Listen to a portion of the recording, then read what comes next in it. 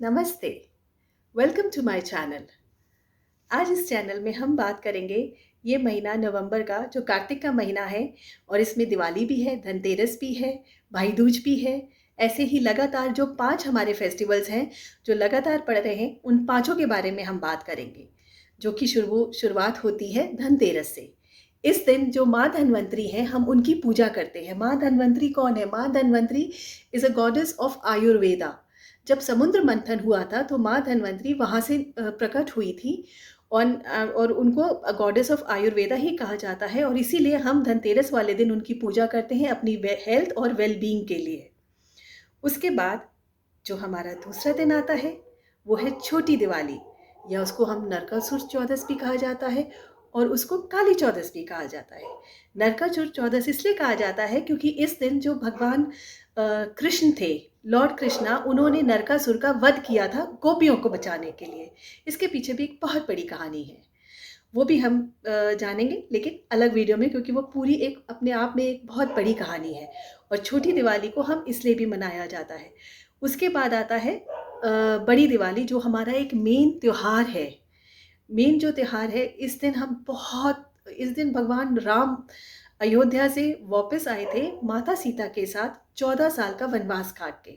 और जब वो पूरा 14 साल का वनवास काट के अपने राज्य अयोध्या में वापस आए थे तो उनकी प्रजा ने खुश होकर खूब दीप जलाए, खूब फूलों से उनकी राज्य को सजाया और उनका स्वागत किया था। यहाँ पे जो उन्होंने दीप जलाए थे, उन दीपों से पूरे अयोध्या में रोशनी फैल गई थी। And in fact I would like to add on one more thing here, कि जो दिया है, जब हम दिया जलाते हैं, इनफैक्ट जब दिवाली वाला दिन होता है उस दिन हम अपने घर में मेन एंट्रेंस में भी 2 दिए जलाते हैं और वहीं से हम माँ लक्ष्मी का भी स्वागत करते हैं।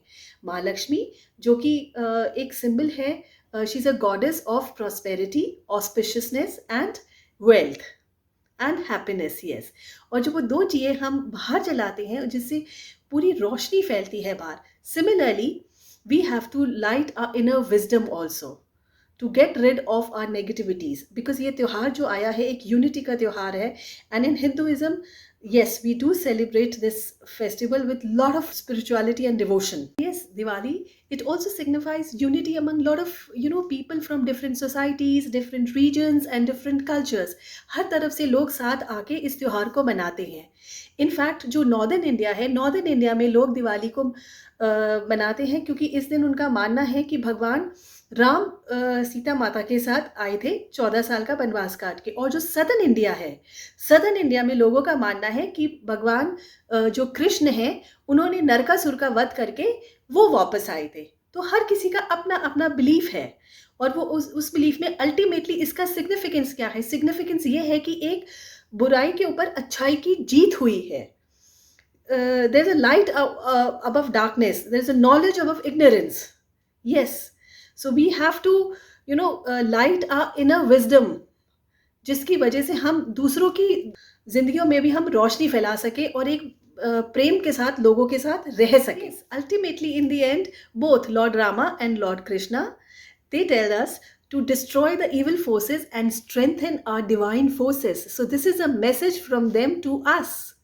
और दिवाली वाले दिन आप अपनी मेन एंट्रेंस पे 2 दिए तो जलाते ही हैं और उन 2 दियों के साथ आप अगर माता लक्ष्मी का स्वागत के लिए अगर उनके जो फुटप्रिंट्स होते हैं, जो उसकी रंगोली भी बना सकते हैं। इनफैक्ट बाहर स्टिकर्स भी आते हैं, आप वो भी लगा सकते हैं। लेकिन उनका जो फेस है वो आपके घर की तरफ होना चाहिए। ऐसा होना चाहिए कि माँ लक्ष्मी आपके घर में आ रही हैं, ना कि वो जा रही हैं। उनको हमने बुलाना है अपने घर में, तो उनके जो फुटप्रिंट्स हैं वो हमारे घर की तरफ आने चाहिए। एंड इनफैक्ट जो आप अगर अपना मेन एंट्रेंस पे जो रंगोली भी बनाते हैं, तो आजकल क्या है, जो आपको स्टेंसिल्स वाली रंगोली मिलती है उसमें स्वास्तिक या ओम के सिंबल होते हैं। सो माइंड मी, उस चीज़ को मत यूज़ करिएगा, वो बहुत सेक्रेड सिंबल्स होते हैं and those are not auspicious, कि उसको हम ज़मीन पे नहीं बना सकते।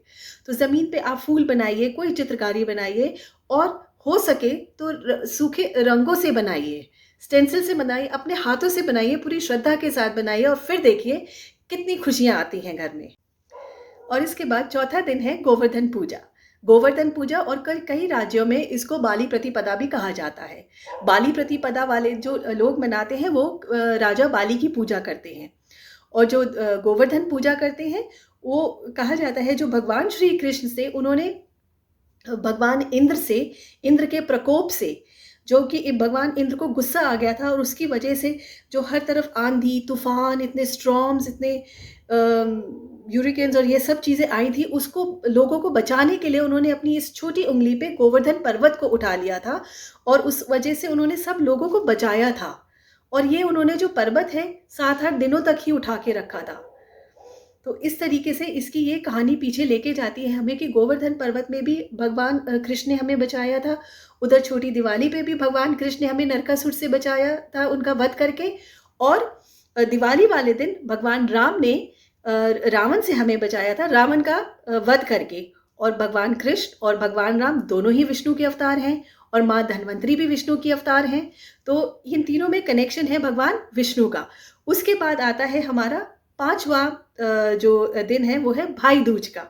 भाई दूज वाले दिन भी एक जो ये जो फेस्टिवल है ये बहुत ही प्यारा फेस्टिवल है, एक भाई और बहन के बॉन्ड के बीच का। इस दिन इन दोनों का बॉन्ड बहुत स्ट्रांग होता है। इनफैक्ट इसके पीछे भी एक बहुत ही इंटरेस्टिंग कहानी है। और वो ऐसा कहा जाता है कि जब भगवान कृष्ण नरकासुर का वध करके वापस आए थे, तो उन्होंने जब वापस आए अपने घर, तो उनकी जो बहन थी सुभद्रा ने उनका स्वागत किया था खूब फूलों के साथ, मिठाई के साथ और उनके माथे पे तिलक लगाया था। तो जब उनकी बहन सुभद्रा ने माथे पे तिलक लगाया तो वहीं से ये प्रथा शुरू हुई थी भाई दूज की। और ये प्रथा शुरू होकर इसको हम आज तक इसको हम मनाते हैं भाई दूज के रूप में। तो ये तो था हमारे 5 त्योहार का। अब हम बात करते हैं चरणामृत की। चरणामृत या जिसको हम पंचामृत भी बोलते हैं। पंचामृत ये बनता है 5 चीज़ों से, जो कि है घी, दूध, दही, शहद और चीनी या गुड़, कुछ भी आप ले सकते हैं। अब क्या होता है कि इन सब 5 की जो इंग्रेडिएंट्स हैं, इन सब को मिलाकर जो हम पंचामृत बनाते हैं, ये हमारी बॉडी के लिए बहुत अच्छा होता है, हमारे सोल के लिए बहुत अच्छा होता है। ये हमारे बॉडी को एक कूलिंग इफेक्ट देता है। And yes, it has been mentioned in Ayurveda. So let's see कि इन 5 इंग्रेडिएंट्स का क्या सिग्निफिकेंस है। अगर हम बात करें घी की, तो जो घी है that symbolizes power, that symbolizes strength and it has vitamin A and E in it. उसके बाद अगर हम बात करें दूध की, मिल्क की, so yes, according to Ayurveda जो काउ मिल्क है वो हमारे it gives a soothing effect to mind and a body. And अगर उसके बाद हम बात करें दही की, curd, so curd is very good for our digestion and yes, it is a symbol of prosperity. And ये हमारा वाता दोष भी खत्म करता है। हमारी बॉडी में जो 3 दोष होते हैं, वाता, पित्ता, कफा, तो उसमें से जो एक दोष है वाता, वो दही जो के लेने से वाता दोष भी कम होता है। उसके बाद हमारा आता है चौथा इंग्रेडिएंट जो है शहद, हनी। हनी कैसे बनता है? हनी जो आपने देखा कि जितनी भी बीज होती हैं वो इकट्ठा एक साथ में काम करती हैं, अपना नेक्टर लेती हैं, नेक्टर लेके अपने बी हाइव में, अपने स्टमक में वो नेक्टर को लेके और उसके बाद वो अपने बी हाइव में देती हैं। तो वो यूनिटी से और एक डेडिकेशन से काम करती हैं। सो सिमिलरली जो हनी है, it symbolises unity and our dedication towards life, our sweet speech. वो मिठास जो शहद में होती है वो हमारी वाणी में भी आती है। Similarly, the last ingredient which is sugar और जैगरी, शुगर या जैगरी यानी कि गुड़। Sugar symbolizes sweetness and happiness in our life। हमारी जिंदगी में भी वो मिठास घोलता है। जैसे दिवाली पे या पूजा में हम अपना मिठाई का प्रसाद बनाते हैं, वही तरीके की मिठास वो भी हमारी लाइफ में घोलता है। So it is a symbol of sweetness and happiness. तो ये तो हो गए हमारे 5 इंग्रेडिएंट्स। और जब हम इन 5 इंग्रेडिएंट्स को मिलाकर पंचामृत बनाते हैं, तो वो पंचामृत को जब हम अपने भगवान को अर्पण करते हैं, उनका भोग लगाते हैं, उसका भोग लगा के हम उसको प्रसाद के रूप में ग्रहण करते हैं। और इन्हीं सारी फीलिंग्स के साथ अगर हम उनको ग्रहण करेंगे, तो हमारा अंदर से बॉडी में तो चेंजेस होंगे ही होंगे, हमारे माइंड में भी और हमारे थॉट प्रोसेस में भी काफ़ी चेंजेस होंगे। So this was all about Diwali and Panchamrit, and I hope you all liked it. Thank you.